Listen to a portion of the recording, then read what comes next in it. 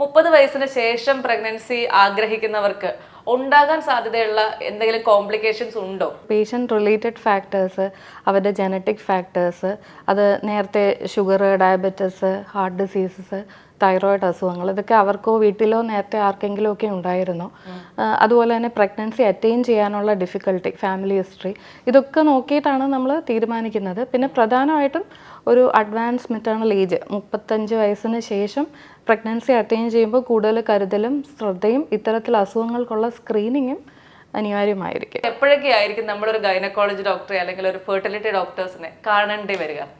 ശരിക്കും കല്യാണം കഴിക്കുന്നതിന് മുമ്പ് തന്നെ ഒരു ഗൈനക്കോളജിസ്റ്റിനെ കണ്ടിരിക്കുന്നതായിരിക്കും നല്ലത്. സാധാരണ ഒരു കൗമാരപ്രായത്തിൽ നമ്മൾ പീരീഡ്സ് ആയി അറ്റൻഡ് ചെയ്ത് കഴിഞ്ഞു, പീരീഡ്സ് ഇറഗുലാരിറ്റി ആയിരിക്കും അവരുടെ ആദ്യത്തെ ഒരു സൈൻ. പീരീഡ്സ് ഇറഗുലർ ആണ്, അല്ലെങ്കിൽ 2-3 മാസം കൂടുമ്പോഴേ പീരീഡ്സ് വരത്തുള്ളൂ. ചില കുഞ്ഞുങ്ങൾ അത് നല്ലതായിരിക്കും വിചാരിക്കും, അവരുടെ കാര്യങ്ങൾ ചെയ്യാം. അപ്പം പക്ഷേ അങ്ങനെ എന്തെങ്കിലും ഉണ്ടെങ്കിൽ നമ്മൾ ആ സമയത്ത് തന്നെ ചിലപ്പോൾ അതൊരു നമുക്ക് ഏർലി ആയിട്ടൊരു PCOD ഡയഗ്നോസ് ചെയ്യാൻ പറ്റും. ഭയങ്കര വയറുവേദന, പീരീഡ്സ് ആകുമ്പോൾ സ്കൂളിൽ പോകുന്നില്ല, കുഞ്ഞ് സ്കൂളിൽ പോകുന്നില്ല, അല്ലെങ്കിൽ 2-3 ദിവസം കോളേജ് മിസ്സായിരുന്നു.